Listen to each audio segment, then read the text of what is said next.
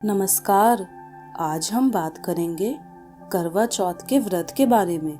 करवा चौथ का व्रत सुहागन महिलाएं अपनी पति की लंबी आयु की कामना करके रखती हैं। करवा चौथ का व्रत की परंपरा सदियों पुरानी है। मान्यता है कि इस व्रत को रखने से पति पत्नी के रिश्ते मजबूत होते हैं। करवा चौथ का व्रत हिंदू पंचांग के अनुसार कार्तिक मास के कृष्ण पक्ष की चतुर्थी तिथि के दिन रखा जाता है। आइए जानते हैं इस बार करवा चौथ का व्रत कब रखा जाएगा। कब है करवा चौथ का व्रत? कार्तिक माह की चतुर्थी तिथि का आरंभ 19 अक्टूबर को शाम में 6:17 पर होगा और 20 अक्टूबर को दोपहर में 3:47 तक चतुर्थी तिथि रहेगी। उदय काल में चतुर्थी तिथि 20 अक्टूबर को रहेगी, इसलिए करवा चौथ का व्रत 20 अक्टूबर को ही रखा जाएगा। करवा चौथ का व्रत का महत्व। मान्यताओं के अनुसार करवा चौथ का व्रत सभी सुहागन महिलाएं निर्जला रहकर अपनी पति की लंबी आयु की कामना के लिए रखती हैं। मान्यता है कि इस व्रत को माता पार्वती ने भी भगवान शिव के लिए रखा था। एक अन्य मान्यता के अनुसार एक बार जब देवताओं का राक्षसों के साथ युद्ध चल रहा था, तो उस समय सभी राक्षस देवताओं पर भारी पड़ रहे थे। तो सभी देवी ब्रह्मदेव के पास पहुंचती हैं और उन्हें सारी बातें बताई और उनसे कहा कि वह अपनी पतियों की रक्षा के लिए क्या कर सकती हैं। तब ब्रह्मदेव ने उन्हें करवा चौथ का व्रत रखने का सुझाव दिया। ब्रह्मदेव के बताए अनुसार सभी महिलाओं ने करवा चौथ का व्रत रखा, जिस वजह से देवताओं की रक्षा हो सकी।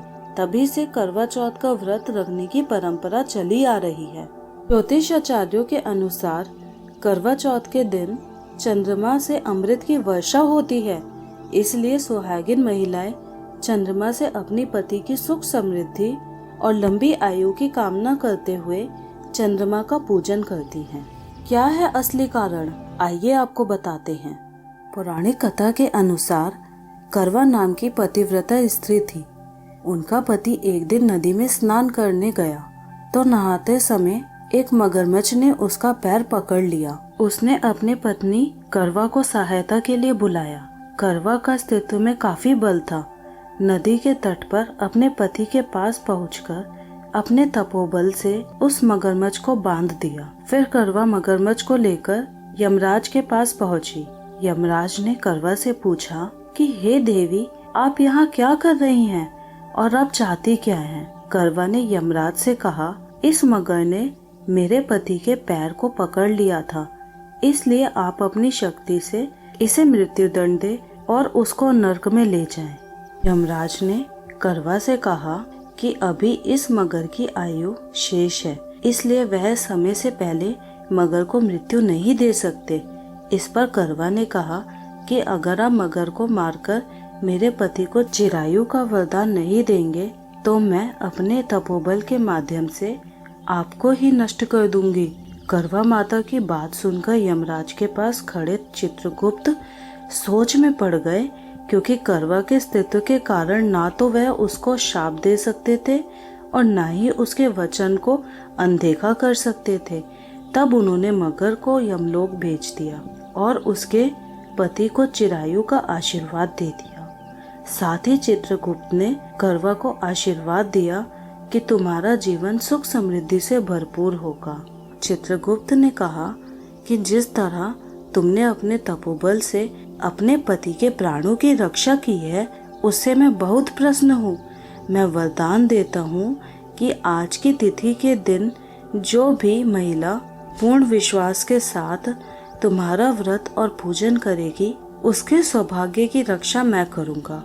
उस दिन कार्तिक मास की चतुर्थी होने के कारण करवा और चौथ मिलने से इसका नाम करवा चौथ पड़ा। इस तरह माँ करवा पहली महिला है जिन्होंने सुहाग की रक्षा के लिए न केवल व्रत किया बल्कि करवा चौथ की शुरुआत भी की। पर इसके बाद भगवान श्री कृष्ण के कहने पर द्रौपदी ने भी इस व्रत को किया था, जिसका उल्लेख वारा पुराण में मिलता है। क्या है करवा चौथ का व्रत विधि? प्रातः स्नान करके अपने सुहाग की लंबी आयु के लिए आरोग्य सौभाग्य का संकल्प लेकर दिन भर निराहार रहें। करवा चौथ का व्रत को करने के बाद शाम को पूजा करते समय माता करवा चौथ की कथा पढ़नी चाहिए। साथ ही माता करवा से विनती करनी चाहिए कि हे माँ, जिस प्रकार आपने अपने सुहाग और सौभाग्य की रक्षा की, उसी तरह हमारे सुहाग की रक्षा करे। साथ ही यमराज और चित्रगुप्त से विनती करे कि वह अपना व्रत निभाते हुए हमारे व्रत को स्वीकार करे और हमारे सौभाग्य की रक्षा करे। किसने रखा था पहला करवा चौथ का व्रत? भोजन करने पर पति हो गया था गायब। मान्यता के मुताबिक इस व्रत को शक्ति स्वरूपा देवी पार्वती ने भोलेनाथ के लिए किया था। इसी व्रत में उन्हें अखंड सौभाग्य की प्राप्ति भी हुई थी।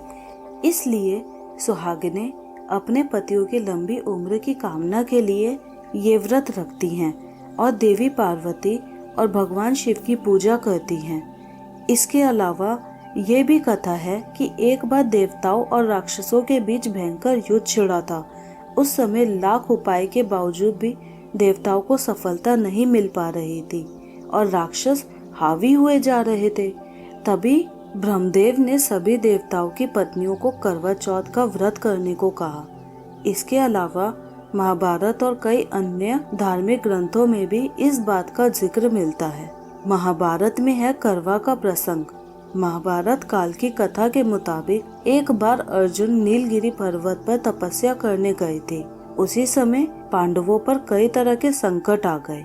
तब द्रौपदी ने भगवान श्री कृष्ण से पांडवों को संकट से बाहर निकालने का उपाय पूछा। उस समय श्री कृष्ण ने बताया कि कार्तिक माह की चतुर्थी के दिन करवा का व्रत करिए। इसके बाद द्रौपदी ने इस व्रत को किया और पांडवों को संकट से मुक्ति मिल गई। एक मान्यता के मुताबिक इंद्रप्रस्थपुर वेद शर्मा ब्राह्मण की शादीशुदा पुत्री वीरावती ने करवा चौथ का व्रत किया था। नियमों के मुताबिक उसे चंद्र उदय के बाद भोजन करना था, लेकिन वह भूख सहन नहीं कर पा रही थी। उसके भाई बहन उसको इस तरह से देख नहीं पा रहे थे, इसलिए उन्होंने पीपल की आड़ में आतिशबाजी कर सुंदर प्रकाश फैलाकर चंद्रोदय दिखा दिया और उसी चक्कर में वीरावती ने भोजन कर लिया। इसके बाद वीरावती का पति तत्काल अदृश्य हो गया। इसके बाद वीरावती 12 महीने तक हर चतुर्थी पर व्रत रखती थी और करवा चौथ के दिन इस कठिन तपस्या की वजह से उसे उसका पति फिर से मिल गया। अगर आपको ये वीडियो पसंद आया हो तो कृपया लाइक और सब्सक्राइब करें। हमें कमेंट में बताएं कि आप किस तरह करवा चौथ मनाते हैं और आपने अपने पति से क्या गिफ्ट मांगा है। धन्यवाद।